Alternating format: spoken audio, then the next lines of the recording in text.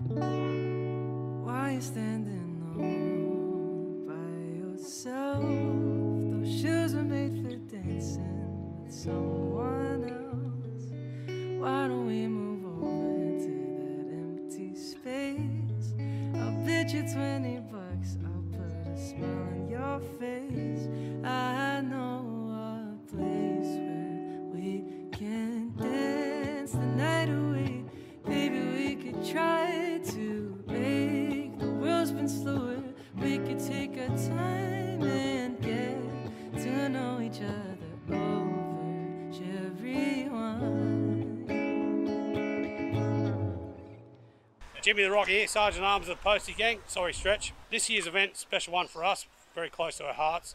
The ride's for Amber, a daughter of one of our club members, Stewie Hughes. And it's to raise awareness of the terrible childhood brain cancer known as DIPG. Ride for Amber was launched with a fundraiser at Charlestown Leagues Club. A range of people donated raffle items and the kitty got a great kickstart from the night. It also allowed the club members to meet the noms and get at the first glimpse of how they were going to match up.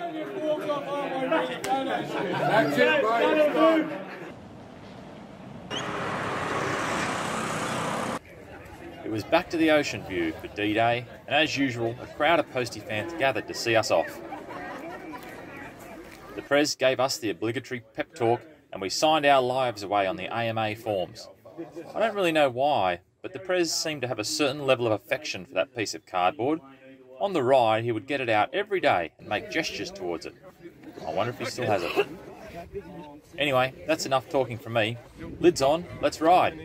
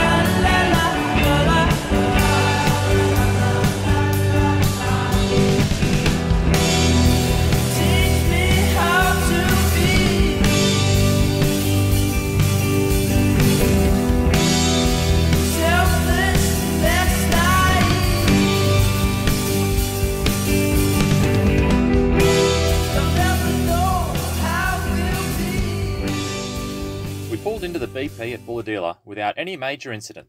Disgraceful information that turned out to be so false and fake. You're right, Donald. I wasn't telling the complete truth when I said no major incident. But, well, I might let Jimmy tell you about this one. That I just was out bushwalking and I fell off a bridge. Well, you do like a good bushwalk. Yeah. Oh yeah, I'm a known bushwalker. yeah, good stuff. So just as I got the other side of the bridge, he's come down around the corner. I'm guessing he's looking at me and he's come up onto the little sharp bit up on the bridge and he's lost control. And he's coming towards me and I'm trying to push him back on the bridge. Anyway, that didn't work real good for me because I stepped back and it was down a slope and then I fell down like slow motion. Going down obviously on my wrist, I didn't really feel that at the time. But next thing I know, I got the bike on top and then on top of that. And he was a little bit upset next. I got a burn on my guts, which the bike's sitting on top of me. So you're falling off a bridge. Falling off a bridge. Bike's falling on you. Correct. And the rider's falling on you. That's it. That's what's happened. Broken wrist. Yeah, so I went there. I spent most of the day, the rest of that day.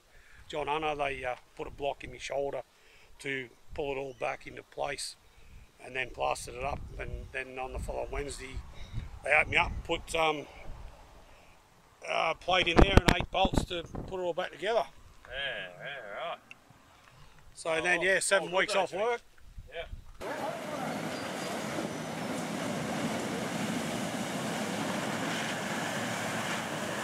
How hard do you take it? Steady, pretty deep.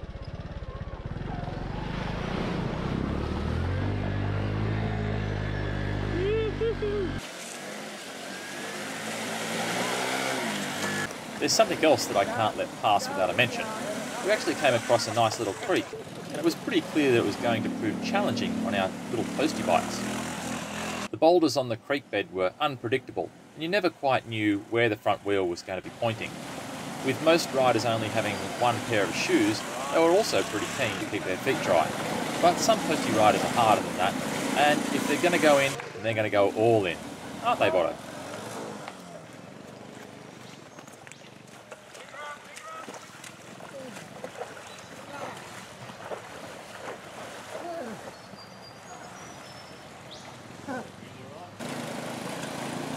Bodo, does that count as a crash? Right, Bodo, now I've just got to ask, have you now perfected the art of falling off? You're falling into water so you don't actually hurt yourself. Well, it's a pretty hot day, mate. I had the cooler stuff. Yeah. How is the bike? Water in the tank, won't go. It's got to get drained. Yeah. No. It'll be right. We'll fix it up. Yeah, pull the air filter out for a while. Oh, yeah.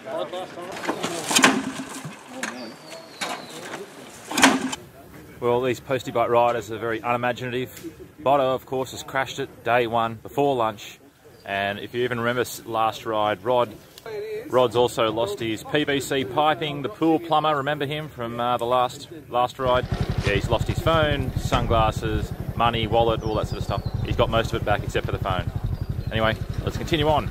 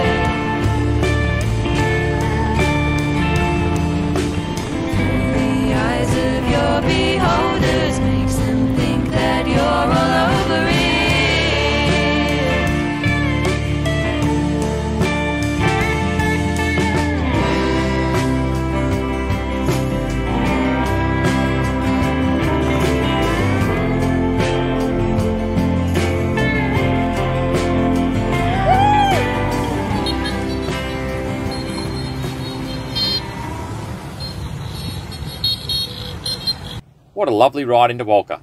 And to do it without incident as well. No, he's a liar. He lies about everything. He's not. Thanks, Donald. You're right again. There was an incident, and this time it actually occurred on a moving postie bike. As you can see, Brett decided to have a little lay down in the middle of the road and managed to get his leg pinned under the bike as well. Of course, the bike was easily removed, but his arm may require a little more attention. Tell us what happened, Brett. Just went around a right-hand bend and got caught in a rut. Front wheel just went out. I just went down, and on that side there, I've tore that up underneath my forearm, and the boys looked after me, cleaned it up, and he drove me off to hospital. Walker District Hospital. It was 1, 2, 3, 4, 5, 6, 7, at least 8 stitches I can see there, Mark. At least. That's down on the forearm. That's not the big chunk, is it? No, and then there's a bit of chunk. It was Stu's bike. Right, so it's all his fault? No, not really. It's a bit more powerful than mine, though. Our day one adventure started off, of course, at Dudley. We went past Port Waratah Coal Services, over the Stockton Bridge, and passed through the lovely little seaside town of Karua, then over to Burrell, Bulladila, and then up to Bunya. We cruised through the farmlands up to Cramback before passing through the amazing lush valleys and hillsides, as well as the lovely little creeks on our way up to Nowandock. Well worth the journey if you're thinking of taking a trip. It was then back into society with a trip up the Tar to Walker, all in day one on a 110cc Honda Postie bike. Well, and that just about brings us to the end of day one. Of course, the day wound up with court, where fines were dished out for those that had done the wrong. It's his first time on the ride, but if he turned up to a meeting, he would know. Jeffrey, did I have to pull over and give you instruction on how to put the car in the drive?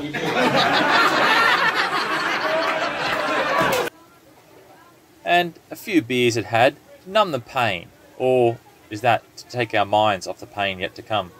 But it's all good, because as someone said, Posties kind of feels like school camp for grown-ups.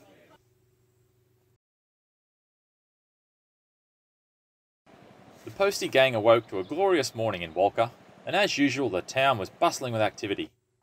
After last night's antics, the gang got some much-needed grub into themselves and started on the pre-game checks like topping up the oil in the bikes.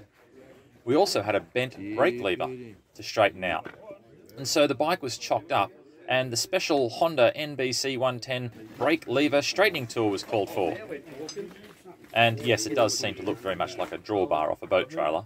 But anyway, everyone then grouped together for a photo with the publicans, Desiree and Robert, in front of our Walker Gang headquarters, the fabulous New England Hotel.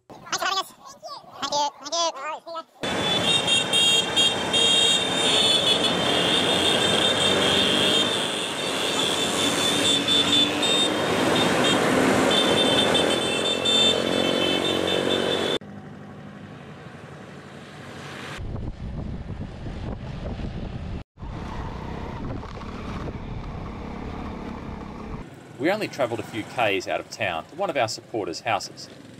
Megan produces a lot of the graphic design work that makes the Posties with a Purpose look like such a professional outfit. Her family has a lovely homestead, and over a few beers the night before, she offered to put on a bit of a display for the crew. Megan's family are right into wood chopping. Of course, what I missed is that when the sledgehammer came off the handle and flew through the air, just narrowly missing Donnie's head. Yeah. Oh, that's it.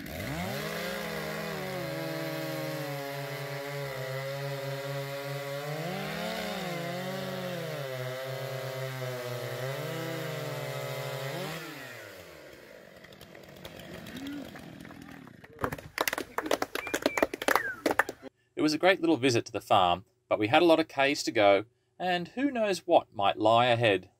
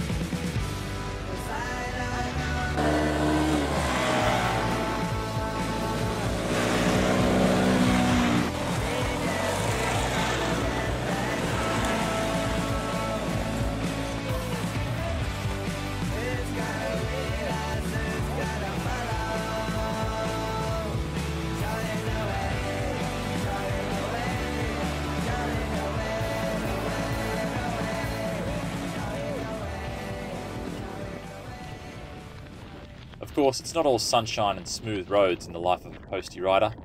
Just as we hit some of the roughest roads on our journey, the skies opened up and dumped some big old fat rain on us. And then it even started hailing. Of course, this simply presented an opportunity for the Vice President to show us how tough he is. All of this fun had caused him to spontaneously eject from the seat, going over the handlebars on his poor little postie bike. We should have known how bad it was when he said he just needed someone to start the bike. Jared rode for the next hour or so with a broken leg, until he made it to the old township of Kookaburra. Whereabouts is it hurting? Oh, my ankle. I think it's alright. I can move my toes. Yeah.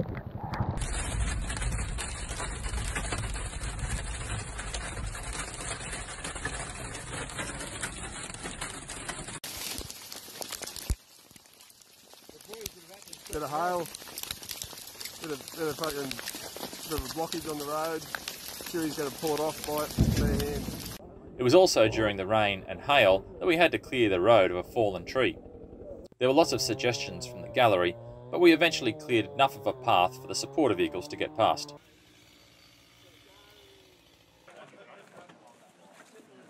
One of the reasons we stopped at Kookaburra was because the Prez had a relative who once lived and worked in this area, and probably also why Jared made such a big effort to actually make it here.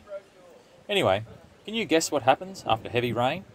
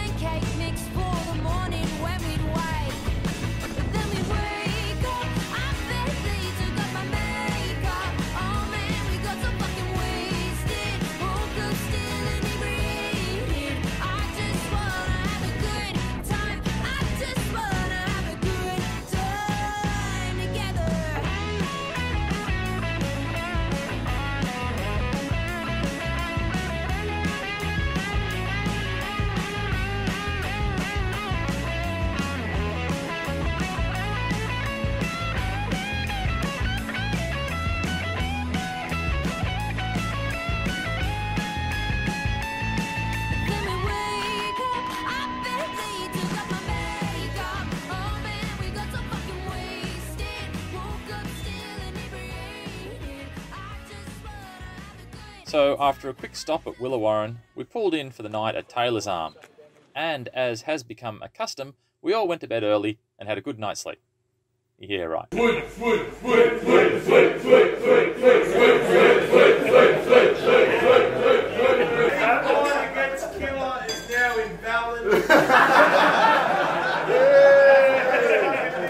that bloke? Don't even know who he is. He is on the flacker. Like this because he's still on the flag. So give the bloke a break. If you watch any videos of blokes on flacker, you will completely understand why.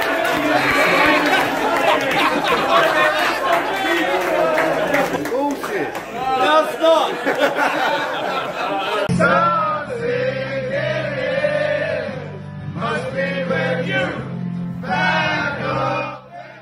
It's difficult to know if the Prez actually left the pub that night, because he was first spurring the troops on with this little ditty.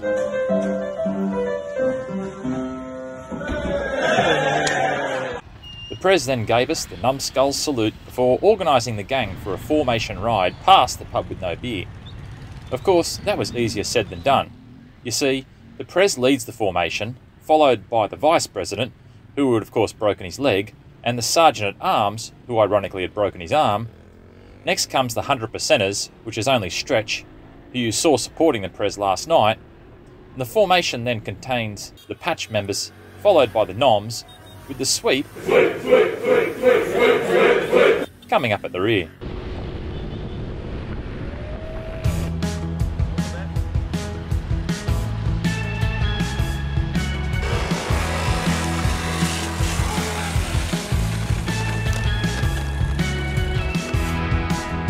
You say you wanna get on the road, get on the road, let's get on the road.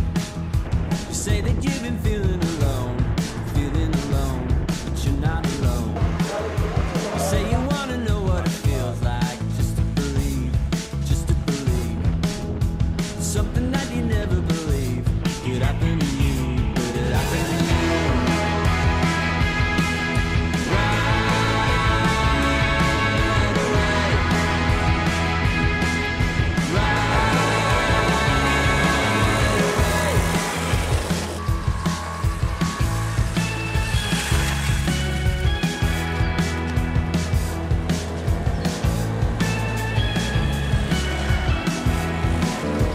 Didn't wanna say it again, say it again. Let's get on the road. Forget about the weight of the road. You're not alone, you're not alone. Just trying to get myself together. 'Cause you haven't had time to think about anyone. I didn't wanna let you see, but I let you see now.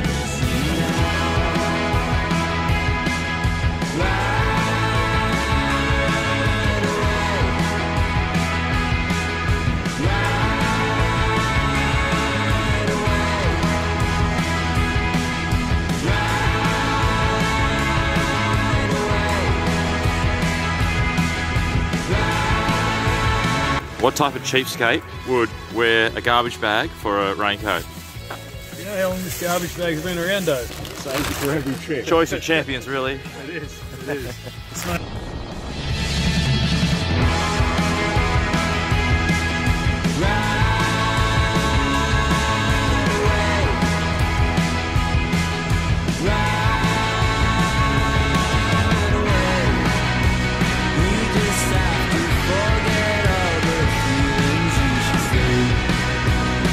Trying to tell me you don't need a holiday. And I'm not trying to tell you that you're wrong, but you're wrong. 'Cause it's an open road, yeah, it's an open road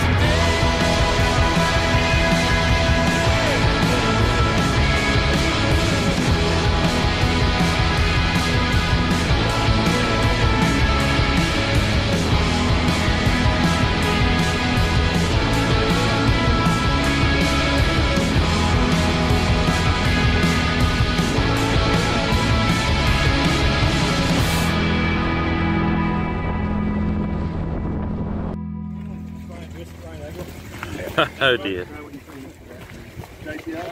Here's the walking wounded. He's back, the Rock.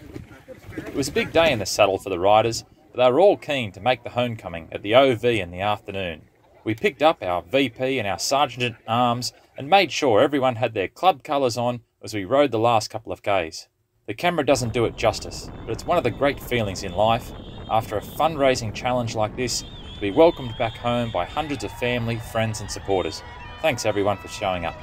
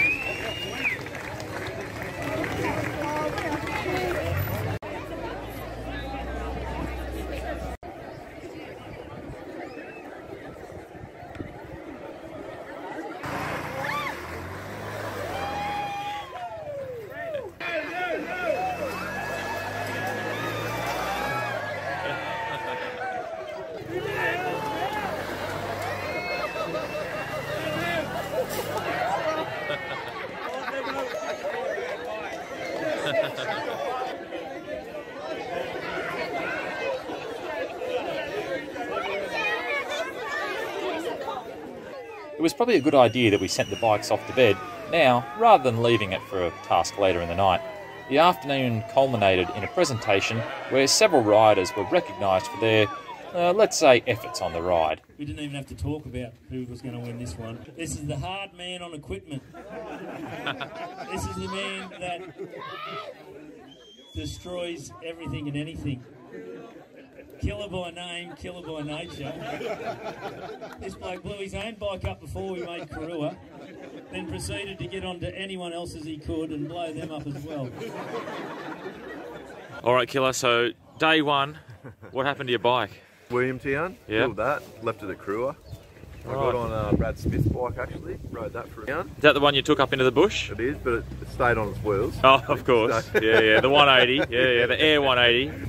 You killed another bike with a flat by getting a flat tyre. We've changed that at lunchtime. He's back on the road going. Yep. Been on ISO's bike. We've had clutch issues with that. We've sorted that out. Right, damaged ISO's clutch. No, yep. I inherited that ISO. So the best on tour is Bobby Carter because he yells louder than I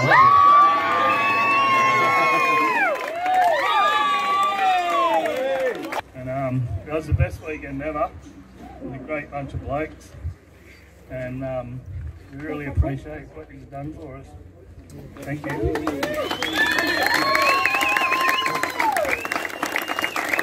Thank you for watching and supporting Posties with a Purpose Ride for Amber.